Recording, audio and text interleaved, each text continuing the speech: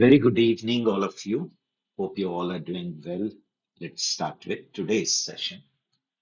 Guys, now in today's session, we are going to start with new module that is object-oriented programming in Python.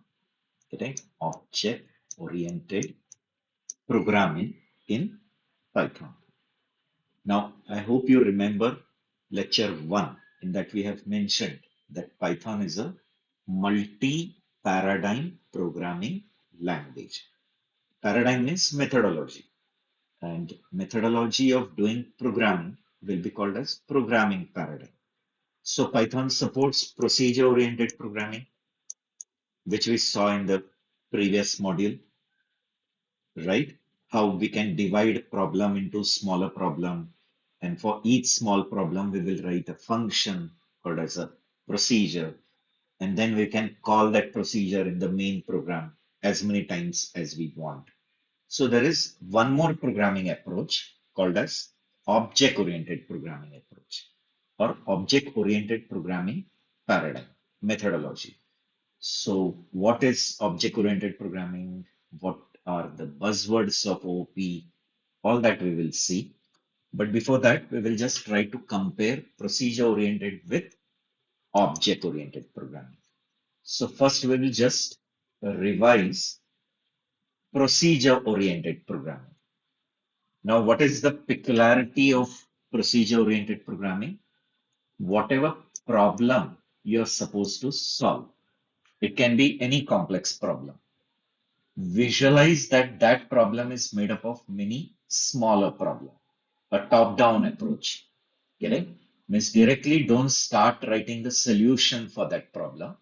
First, analyze that problem and see that in that problem there are many smaller problems. So the approach of procedure-oriented programming is divide the complex problem into smaller problem. Getting? Okay. Like if the problem is addition of two matrices, you're told to write a program to accept two matrices, first matrix, second matrix, add those two matrices, and then print all the three, first matrix, second matrix, and the result. So you're studying that problem, and then you found that that problem is made up of three smaller problems. One problem is to accept the matrix, second is to add two matrices, and third is printing that matrix. And then what we'll do for each small problem, we will write a separate sub-program. Sub-program you call, or you call it as a procedure, you call it as a subroutine, you call it as a function. Okay, so we will be writing separate function for performing that smaller task. Getting? So this is a function which will perform the task of accepting. This will perform addition of two matrices. This will perform printing of matrix. And after that, these procedures you'll call in the main program as many times as you want. So it is a divide and conquer approach. Divide and conquer approach means divide the main problem into smaller problem and then write solutions for each small problem and then combine them. Get it? So you can call this procedure in the main program two times. Then you'll call this procedure one time. Then you'll call this procedure three times. And every time you'll just pass different parameters. It will work on different parameters. The task is same, but the parameters passed are different. So that is the general approach of procedure-oriented programming. That divide, it's a top-down approach. Consider the complex problem, divide the problem into smaller problem. For each small problem, write a separate subprogram or call it as a function, and then call those functions in the main program as many times as you want. Get it? Now, in this, every procedure can have its own local data. Okay? It can have its own local data, which is getting processed inside it. But sometimes if these procedures want to share some data, they want to share something. there is no option keeping the data global. And if you keep the data global, now these functions can share that data. But the problem is, if you keep the data global, it is accessible throughout the system. Means in the whole program, everywhere that data can be accessed. Meaning those functions which are unrelated. Correct? They are not, and these two are only supposed to share it. Now this function doesn't want it, but still it is getting the access because you have kept it global. So in object-oriented programming, importance to the data is less. Getting? We just develop the functions. When the functions want to share the data, keep it global. But by clipping it global, the data is not secure. It is freely flowing throughout the system. Any unrelated functions also can access that data. Correct? So importance to data is less. The functions which are not supposed to access it, they also will get it. So sometimes accidentally, sometimes maliciously, the data may get modified. Correct? So that is one drawback. Importance to data is less and less real world mapping. Means anything from the real world, if I see living things, non-living things, visible things, invisible things, and that I want to put it in programming model. You can do, but not to that extent. Getting? So that are some drawbacks of object-oriented programming. Sorry, of procedure-oriented programming. So what is the peculiarity of procedure-oriented programming? Divide problem into subtasks, and for each subtask, write a separate function or call it as a procedure or a subroutine, get it? Or a subprogram. Then, if these subprograms are processing some data, they have their local data. But if they want to share something, then there is no other option than keeping the data global. But if the data is kept global, all the functions are accessing it. But as it is global, it is accessible throughout the system. And therefore, unrelated functions also can access it, getting, and therefore the importance to data is less. Data to be shared by related functions is kept global. Less importance to data.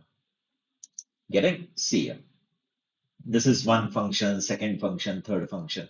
Every function is having its own logic and they can have their own local data. Local data means only accessible within the function. Local data accessible only within the function. But if they want to share something, there is no option than keeping it global. But once you keep it global, the security is gone. Throughout the system, everyone can access it. So unrelated functions are also able to access it.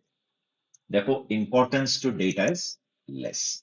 And if you want to do any real world mapping, anything like if you see student, you see teacher, faculty, course, getting the product, bill, receipt is there, invoice is there, mark sheet is there, so many things, anything, time, date, stack, queue, tree, graph, anything what you see in the real world that if you want to model in programming. You can do it, but not to that extent or with not that ease, which you can do it with object oriented. Okay. So this was the basic characteristics of procedure oriented programming.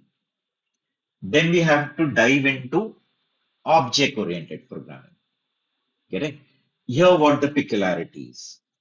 Object oriented programming is characterized by two important things, that is class and object. Okay. More on this in detail about what is class, what is object in the next slide. But now just the basic thing I'll tell you. Object oriented programming is more of bottom up approach, not top down. Means it doesn't directly start with the big problem and then divide that problem into smaller problem. It is already considering the individual things of your system. Getting? Like if you want to develop a complete inventory management system, or you want to implement a school management system. Getting? So it will start directly considering small parts of that and then try to join them. If school management system, so it will consider student as a separate thing. So work on student, then subjects, work on subjects, teachers. Getting? Then the student gets marks in that subject, so marks. So all this thing individually it will consider, develop them, and then combine them into bigger system. Therefore, approach is bottom up. Each part of the system are developed separately, and all of them are later combined into the main system. Getting? And object-oriented programming is mainly characterized by these two things, class and an object. So here, importance to the procedures is also there, but here the importance to data is also given. How? That I tell you. Here, we can group related functions, okay, functions which are related to each other, okay. So all those functions which are related to each other and the data which they want to share, correct? That you can group it, put it into a compartment. You can call it as a capsule, means you are doing encapsulation, means within that capsule, you're binding the related functions and their related data. And you can put it into a capsule. Now, what will happen is the functions which are within that capsule only can access that data. That data is not freely available throughout the system. Only the functions which are there in that capsule only can access that data. So importance to the data is given. Getting clear? And the related functions are developing their logic. Okay. So once the capsule is created, we will call that capsule as class. And then we can create copies of that capsule. We are creating the copies. This is like a design. This is like a blueprint. Getting? This is like a template. So we create a class. And after the class is created, create copies of that class. And when you create copies of that class, that copies are taking memory and the copies are called as objects. And then these objects can interact with each other through methods. Get it? Means how the abstraction is also there. The outside world cannot access the data directly. It is only available to the functions which are within that capsule. That is class. Okay. Outside world will create copies of it and only call the methods and take the benefit. The data is getting processed inside it. Get it? So that is the speciality. And here real world mapping, data importance is there. Real world mapping also you can do very easily.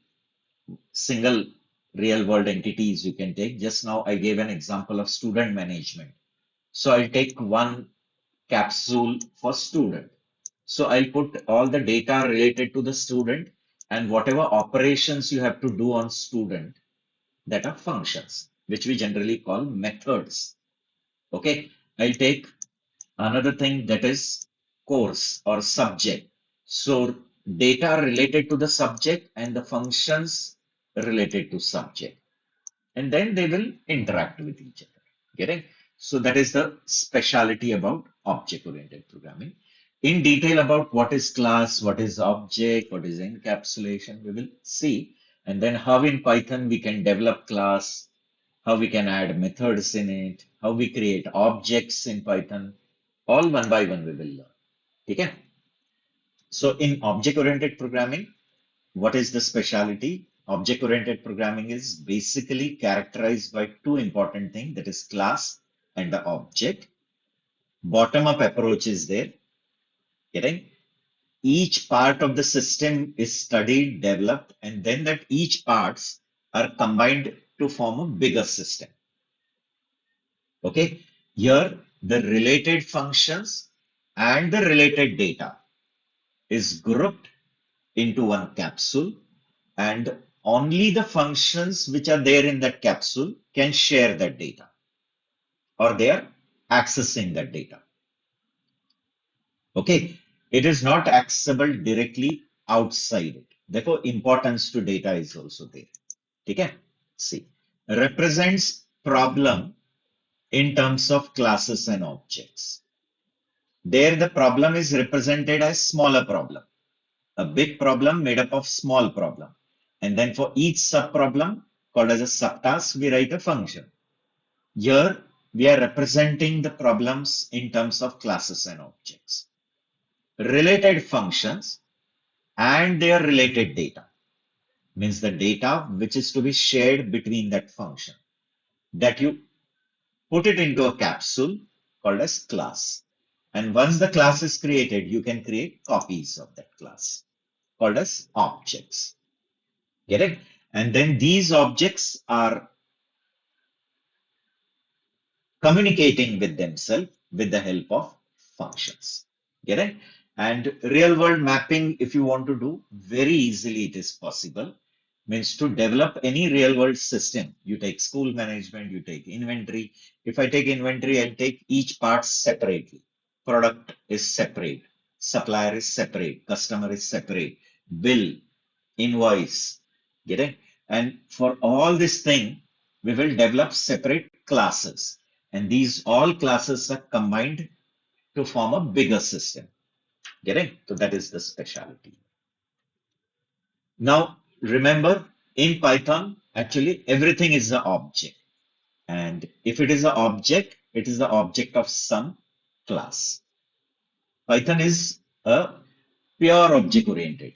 And already we have proved it also so many times.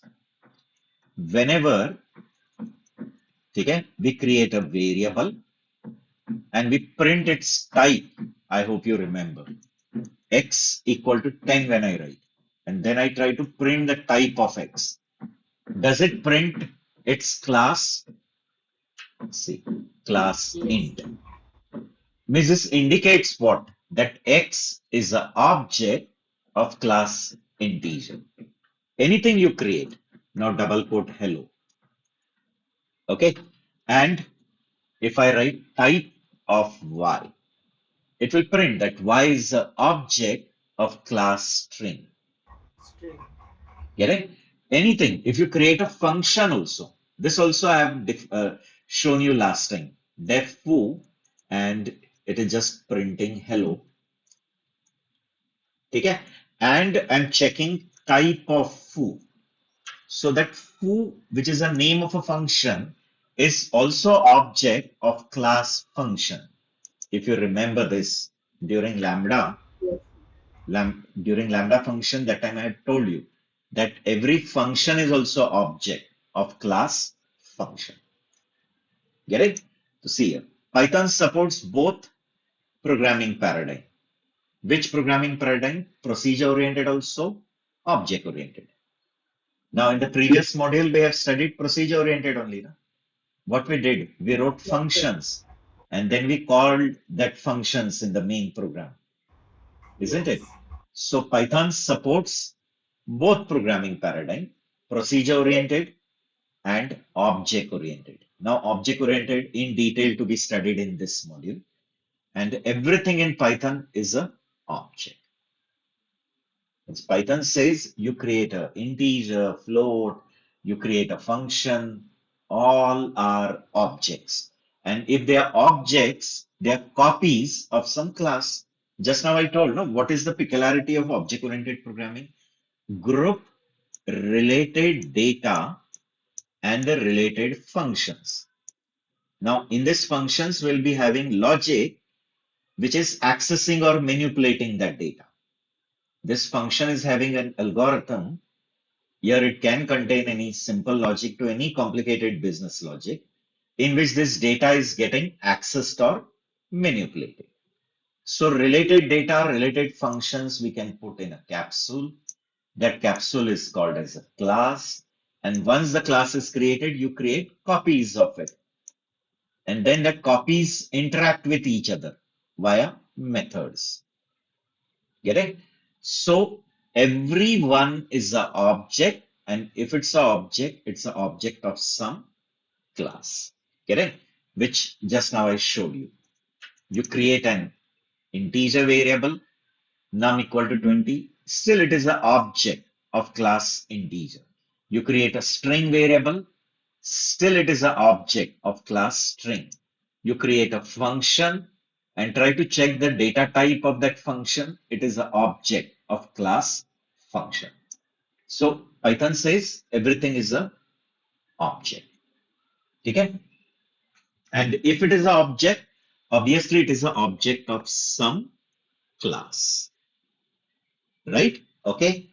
Now we will dive into object-oriented programming in more detail. Okay. We will see the buzzwords. You can say buzzwords, right? जैसे Gen Z के buzzwords होते हैं ना, gonna, yup, getting. So that way, OP के भी buzzwords है. There are some words which are characterizing OP.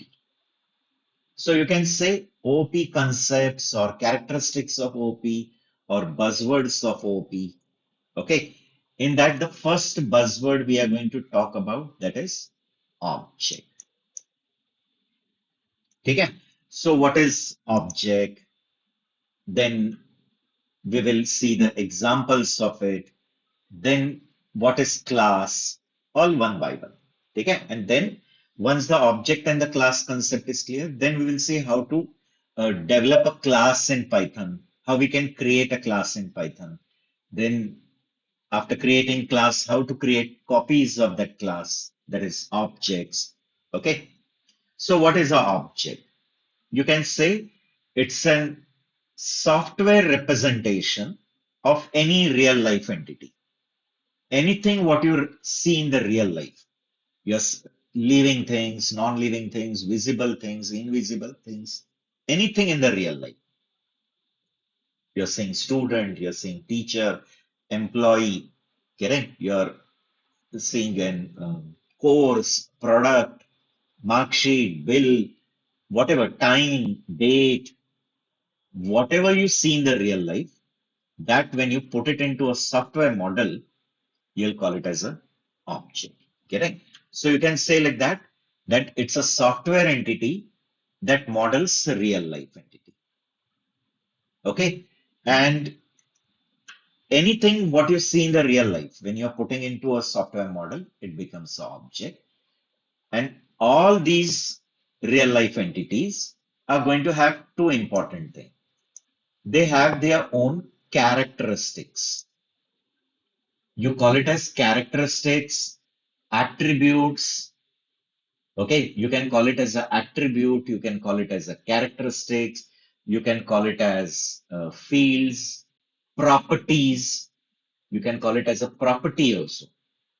Get it?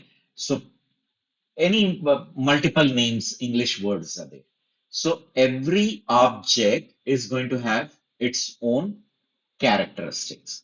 Like example, if I'm taking a car from a real world, I'm taking car. So car will have its own characteristics that uh, what is the mileage of it, gear, speed, then the engine capacity, then engine type, whether it is a petrol engine or a diesel engine or an electric engine, how the power that how the power is generated to that engine. So whether you're going to generate the power through petrol or through electricity or whatever, correct? Or through CNG or through diesel. So that is type of engine, engine capacity, how much CC engine is, right? Number of gears, speed of the vehicle, all that becomes the characteristics. And they all have some behaviors. Okay. they have their own behaviors also. And these behaviors are manipulating, or these behaviors are dominating the characteristics. Get it? So will car have its own behavior? Yes. Like starting the car, right or no? Means you are igniting it, then stopping the car, accelerating the car.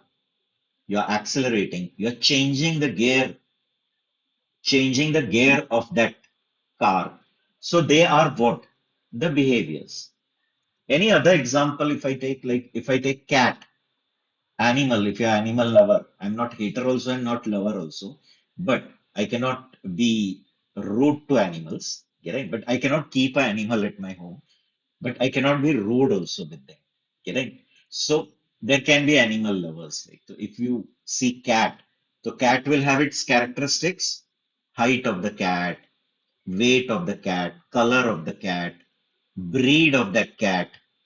And does cat have behavior? Yes. Cat run, cat sleep, cat snore, cat jump. So jump, sleep, snore, run. They all are what? Behaviors of the cat. Get it? And the behaviors control whom? The characteristics. Understanding, guys? Means in the real world, all the behaviors are dominating the characteristic.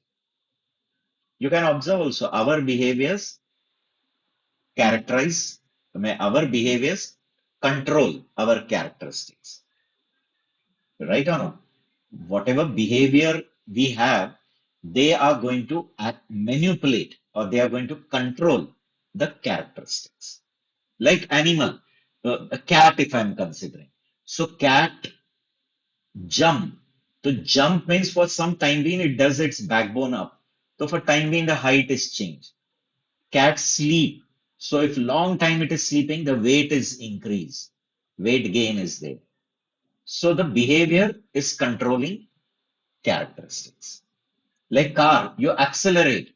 So when you accelerate is the behavior of the car, but here the characteristic speed is changing. Is the speed increasing?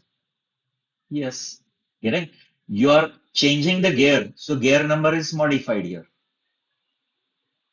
Yes or no? I hope you're understanding what I'm telling. Okay?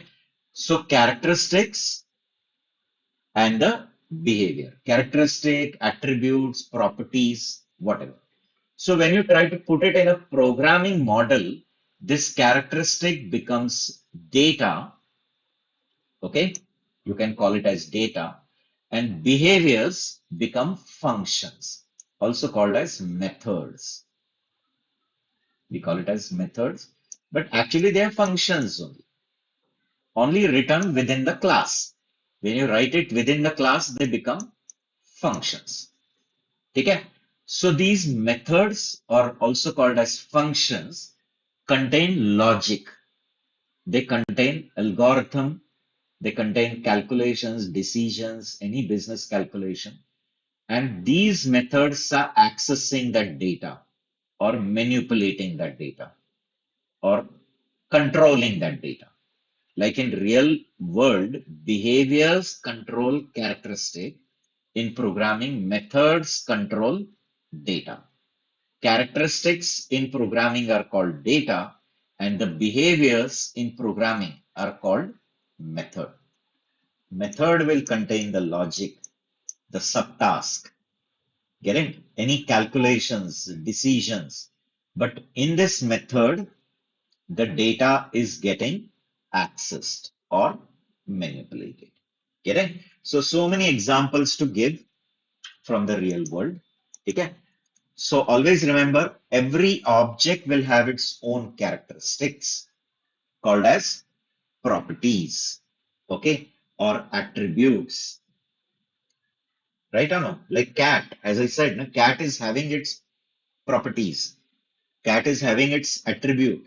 What are the attributes? The height of the cat, the weight of the cat, the breed of the cat, right? The color of the cat, isn't it?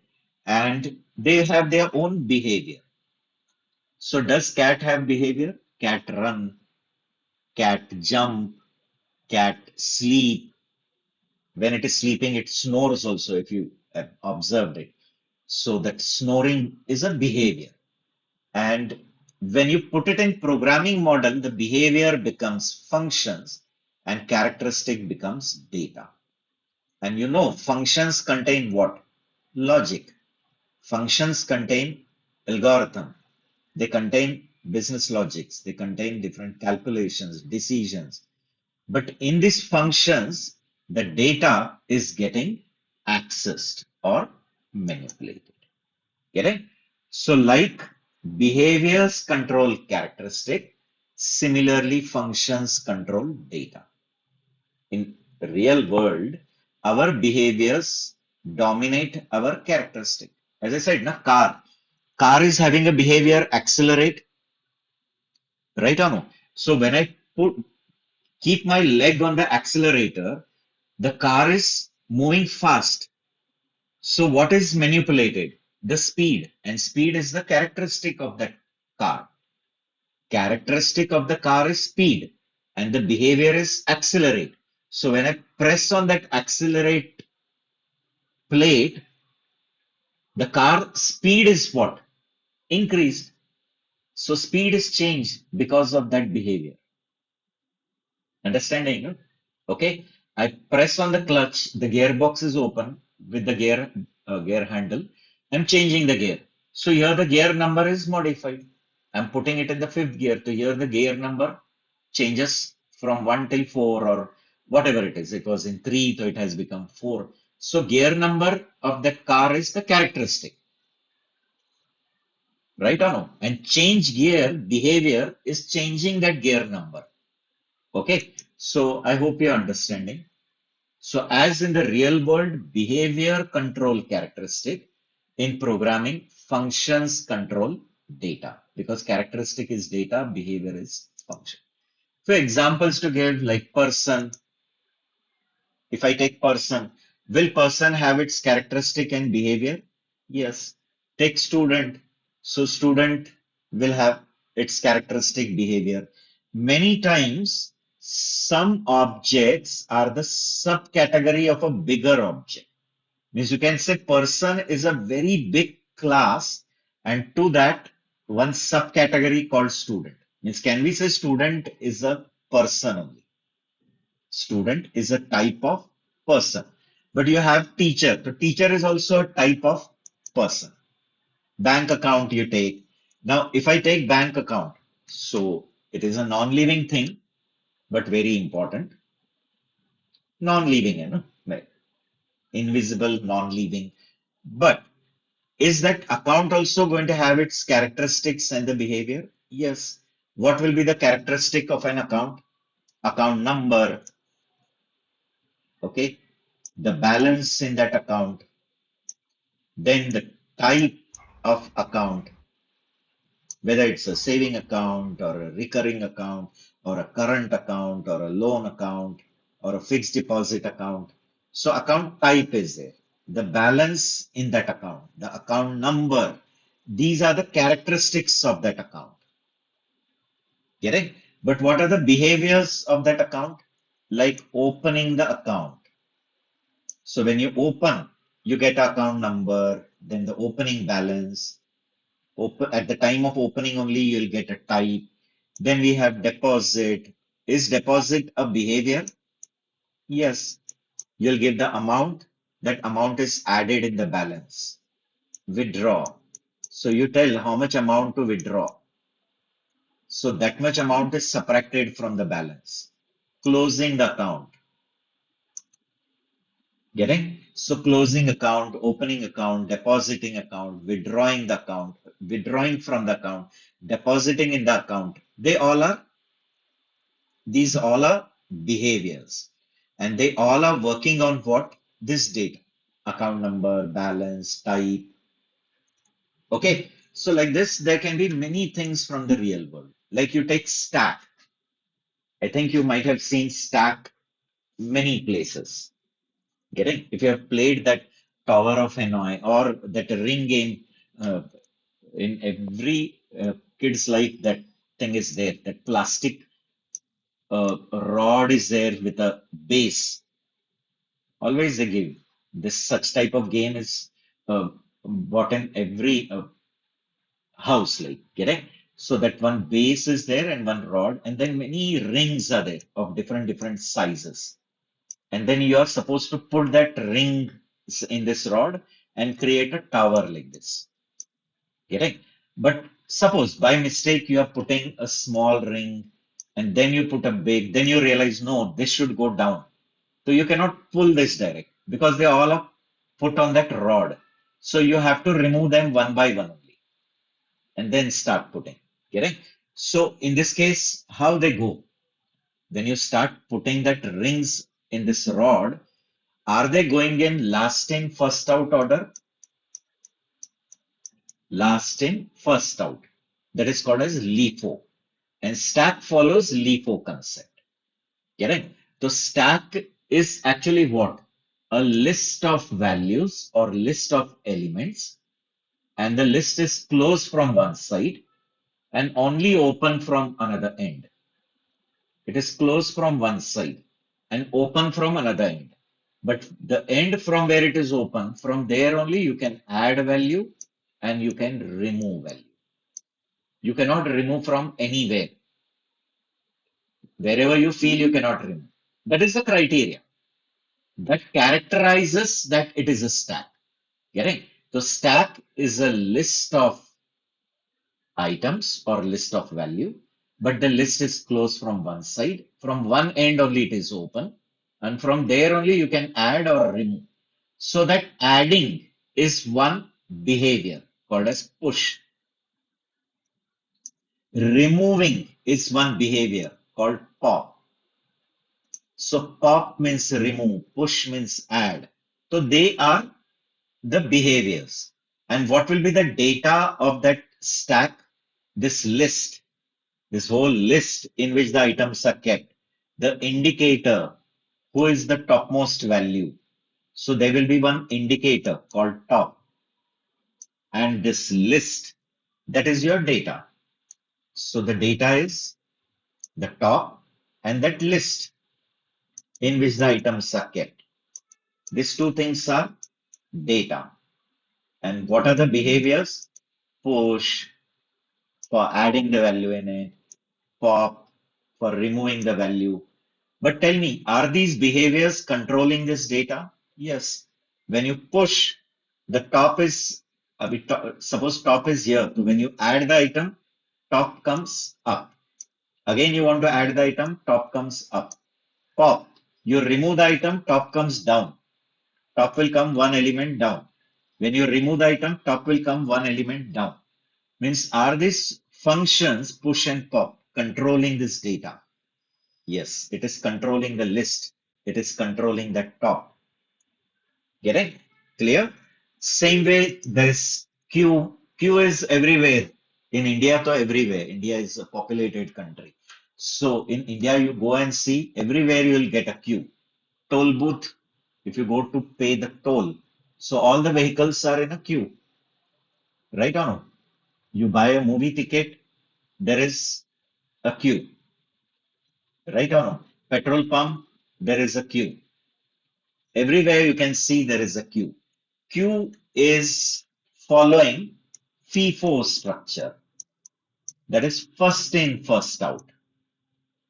The one who has come first in is the first one to go out. But here it is opposite. The one who has come last is the first one to go out. In stack, if you have added A, then B, then C, then D, who is eligible to come out first? Who will come out first from here? B.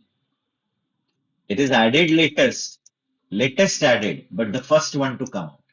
Whereas in Q, the reverse way. The one who has gone first is the first one to come out. Okay. So in Q also, we will have a list in which items are kept. Then two indicators will be there. One will be front, one will be rear. Okay. Removing will be done from the front. Adding will be done from the rear. Right or no? So adding, we'll call it as add Q, del Q or delete Q. So add Q, delete Q. They are the functions. And this list, these two indicators, they are data. These two indicators, first front and rear, and this list, that will be your data. And adding value in the queue, removing value from the queue, those will be the functions. Getting? So like this, so many examples you can see in the surrounding. Like date, if you consider. Okay, if you consider date. So is date going to have characteristics? Yes, it's DD part, like today is 24. So DD, MM, so August, year 2026. So these are the characteristics of that date. And can we do some operations on date? Yes, like adding some number in the date to get a next date, subtracting some number to get the previous date, which we do no, many times. If you have one date and I give you 5, and I tell you, give me the next date, which is 5 days after this date. After this date, 5 days after this date. So you are trying to add in it. I'm saying, give me 5 days previous date. Or I have two dates. Tell me how many days are there between these two dates. Getting? So you're doing operations on that date. So they will be the functions. Okay. Same way there can be time. Okay. So time means don't relate with any party. Okay. I don't relate me with some political party. Okay. Because in India we have one party whose logo or their symbol is this thing. Anyway, we are considering from programming aspect time. So will time have this? You can see now 14:35:00. So it is hours part, minutes, seconds, right? So hour, minute, second. Are these characteristics? That is data of that time. What is the data of this time? Hour, minute, second. Some clocks give that nanosecond also. Correct? Now you'll say before that millisecond. Yes, there is millisecond, then nanosecond. That much accuracy also some clocks provide. Like, correct? So all these are the characteristics. And are there some behaviors of the clock? Yes, the needles are moving. The seconds needle is moving. So when it completes one turn, the minute moves by 30 degree. When minutes complete one, 6 degree, not 30 degree. And when minute complete one, then hours by 30 degree.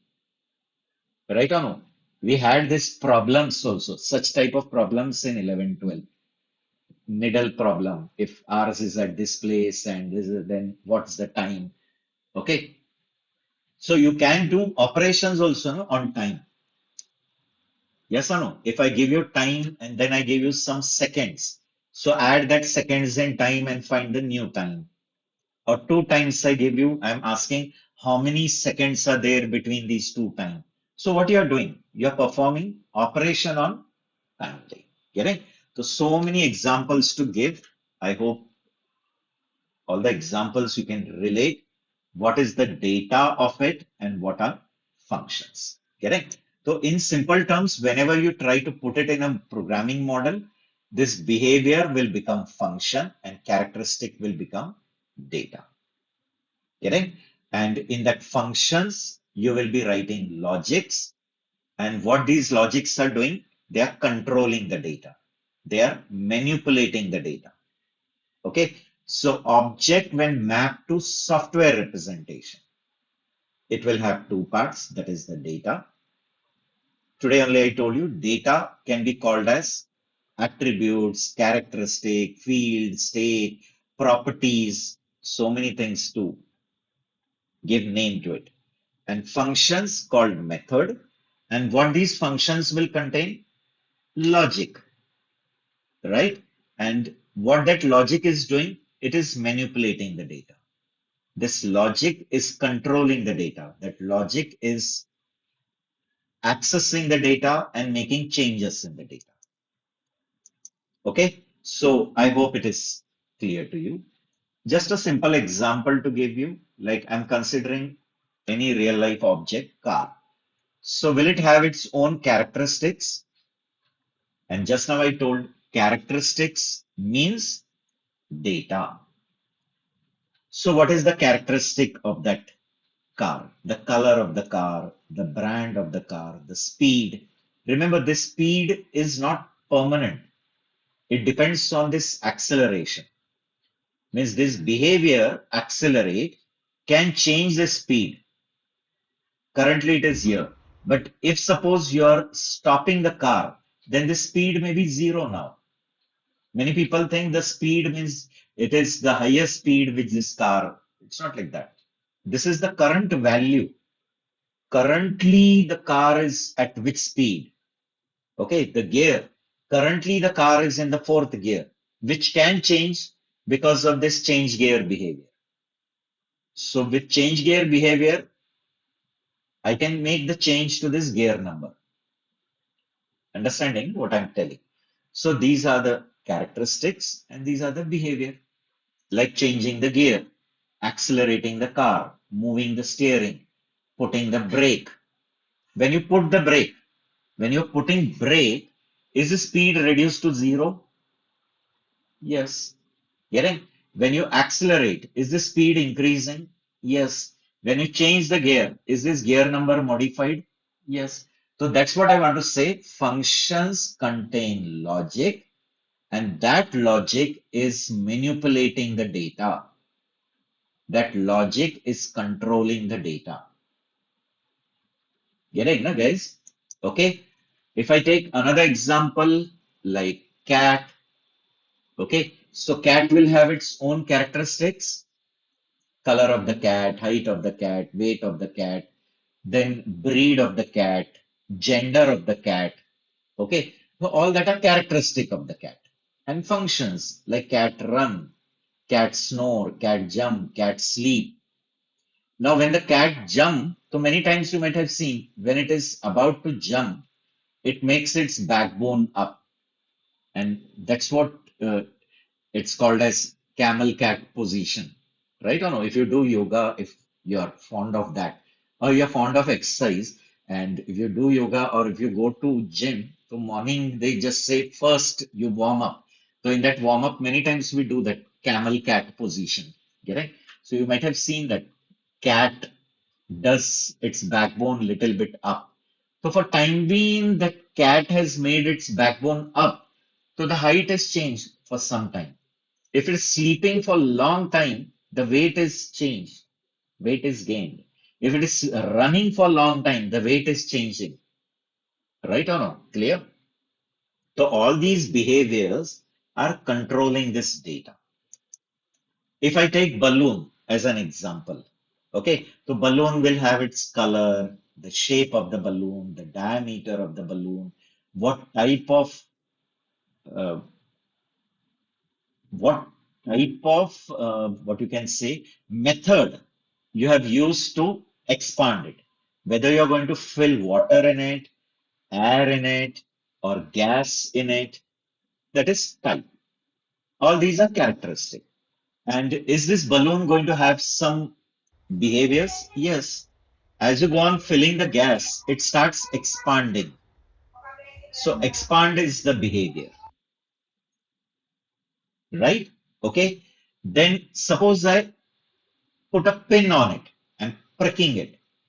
You have a pin, I hope. So if I put a pin on it, it will burst. And when it bursts, it creates a noise. And if you're leaving the air, whatever is there in it, it gets deflated. It becomes normal. But are these all behaviors controlling the characteristic? Yes. Like when you do expand, the diameter changes. Yes or no? As you go on filling the gas in it, the diameter is expanding. So the diameter is increasing. So expand is controlling the diameter. Sometimes the color also. Initially it is dark purple. And as it goes on expanding, it may become light. Getting? If you burst, means if you put a prick a pin on it, it will burst. And when it is burst, it becomes again small. The diameter get reduced to zero. Get it? So all these behaviors are controlling this characteristics. Okay. So I hope you got the examples which I've told you. Now, one example from your side, I'm expecting any one example other than this. Obviously, other than Mobile. this. Pardon? Mobile. Mobile. Okay. She wants to say mobile. So mobile will have its characteristic like the screen size, how much inch that screen size, width and height, then the Model. model, that the company, which company mobile, then in that also the model number, then the storage capacity, internal how much storage, then how much CPUs. Remember now smartphones are computers only, guys. Smartphones are just handheld computers. Your smartphones also have their own processor. They have a CPU. Nowadays, smartphones are having four CPUs, eight CPUs. Just imagine getting so there. How many CPUs are there in it? Its internal storage capacity, all that things are characteristic. And will mobile have its behavior? Yes. You start the mobile, Calling. that is power on. Yes, calling, then video capturing. You're recording video.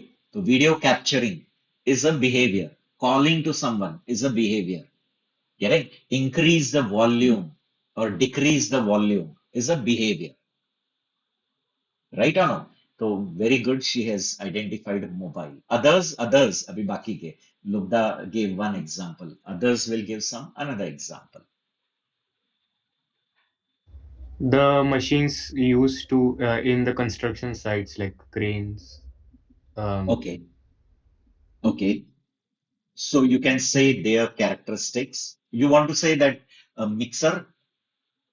yes, mixer or the big crane that we use to Okay, maybe transport that large JCB or equipment. anything you Yes, can consider. Okay, so they have their characteristics, right or no? Their yes. capacities and so many things. And then they have their behavior, like lifting up, lifting down. So many things they have. No? They get lifted up and then they drop the material. Again, they come down, right? That Yes. whatever that back part is there where the material is, then through hydraulic you can. There is a hydraulic system, so through that it gets shifted up and the all material gets unloaded. Then through that hydraulic only it is again brought down to lift up, lift down, then accelerate. So many things are there. So that is also an example. So many. Like she gave mobile the same way it is applicable for TV also, right? So changing the channel, then starting the TV, increasing volume of the TV, correct? And the characteristic of your TV, how much inch TV, then which company, all that are characteristic. So, so many examples to give, right? Then quickly I'll tell you about class to wind up with today's session. And then in the next session, we will see how to write these classes. Now, all the theoretical aspects are over. So we have to see how to develop these classes in Python. So in the next session, everything will be programmatic. All the programming things I'll tell you. So what is a class? Theoretically, if I want to tell you, just to understand, you can say class is a group of objects of same type. Okay. All the objects which are sharing same characteristics, same behavior. The characteristics and the behavior are same. Value of the characteristic can be different. Values can be different. Like you all people are attending the lecture, but you all belong to one category, that is student. Yes or no? Soil is attending, Nishant is there, Murli is there, then Lubda is there. You all are belonging to one common category, that is student. Correct? So what is that category? Student. So student is a class and you all are the members of it. So you all are objects, but you all are sharing the same characteristic. Means I'll be using your name, then your phone numbers, your email. These are the characteristics. So obviously one phone number and the other is different, or the email and that is different. Your name is different. So values are different, but the characteristics I have kept are same. Agreed? So you can call class as a group of objects of the same type. Those objects which are sharing the same characteristics, those objects which are sharing the same behavior will form one group. And that group is a class. And the members of that group are objects. This is just for your understanding, I'm telling. Correct? Like you all are objects, but you all are belonging to one common group called student. So student is a class, and you all are members of that class. Therefore, you are objects of it. Correct? You can say class describes the nature of the object, or class describes the form of the object. Means how your object will be, what the characteristics it will have, what behavior it will show. That who describes class. So class describes the form of the object, the nature of the object. Get it? You can say class is like a template, or class is like a design or a blueprint. Okay, you can call it as a blueprint.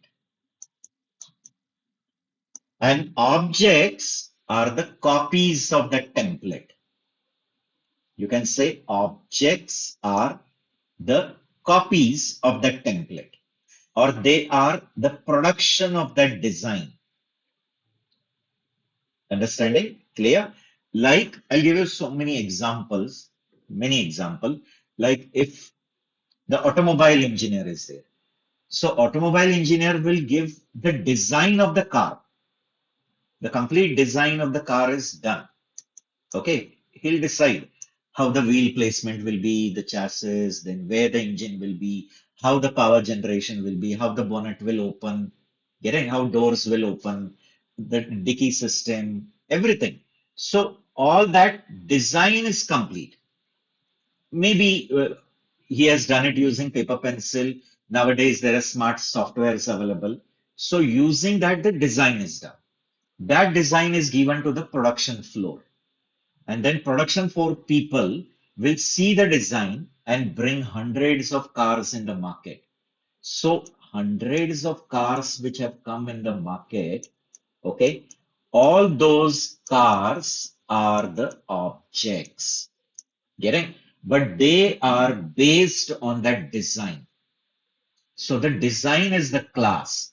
And the cars which are made by that production people, hundreds of cars, maybe their color is different, or the engine capacity may be different, or the fuel system may be different. This car and this car, maybe it is a Swift Desire, looks same, but one is a diesel base, one is CNG base, or another is a petrol base. Doesn't matter. Get it? So each and every car which is made from that design is an object. They all belong to one similar category. That similar category is the class, and the members of that category are objects. Get it? So the design is the class, and the production of that design are objects. This is one object, this is second object. Okay, architect, if you consider architect, so architect gives the design of the whole flat. One builder is there, he is going to make 15 floor, 20 floor building, and in each floor there are 8 flats. So how one flat will be, the design is complete. That is called as blueprint. So where the entry will be, where the main room will be, all everything, where windows, where WC, everything. Okay? The design on the paper is complete. Now the civil engineer will use this design and start making the flats. Now in that building, if there are 8 floors, every floor 8 flats, 64 flats are made.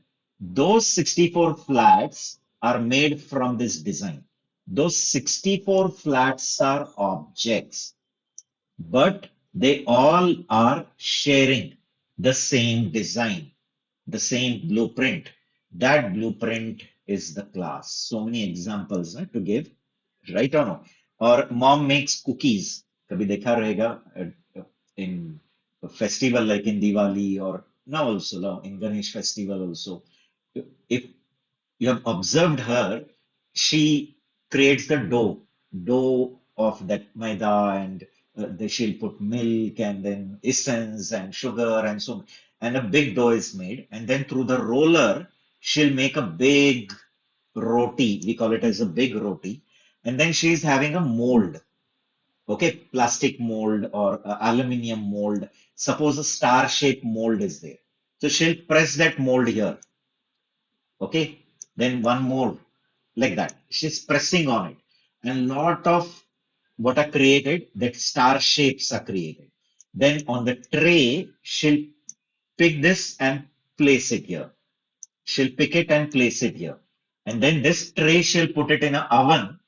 And after putting in oven, then bake what you get, cookies. But all the cookies which you have got, they are sharing the same design of that aluminum mold or that plastic mold. So that mold is your class. And the hundreds of cookies which you got from that mold, they are objects. Get it? So many examples, right? On best example, घर में माँ पूरी बनाती है. So when she makes the puri, she uses one bowl, vati, to press it on that big roti. She makes that big roti, and then that bowl she presses on it, and then she creates a lot of puris from it. So all that puris what you have got, they are objects. But to make that puri, the bowl she has used, the steel bowl, that is class. Get it? So in the programming model, if I relate it, okay, in programming term, I can just say class is the data type, okay, and objects are variables of that data type. Okay, like I have created two variables, x equal to 10 and y equal to 20. So these are the two variables of data type integer. Yes or no? So integer is the class, and the two variables of that integer are objects. Variables of that data type. So what is the data type of both the variable? Integer. So integer is the class, and the variables of that are called as objects. Getting? Like I have created one class cat, and then I've created two copies of it. Maybe one is money and another is kitty. Money is a universal name in India of every cat. Correct? So one is money, another is kitty. Okay. So money and kitty are two variables of data type cat. Cat is the data type, and money and kitty are variables of that.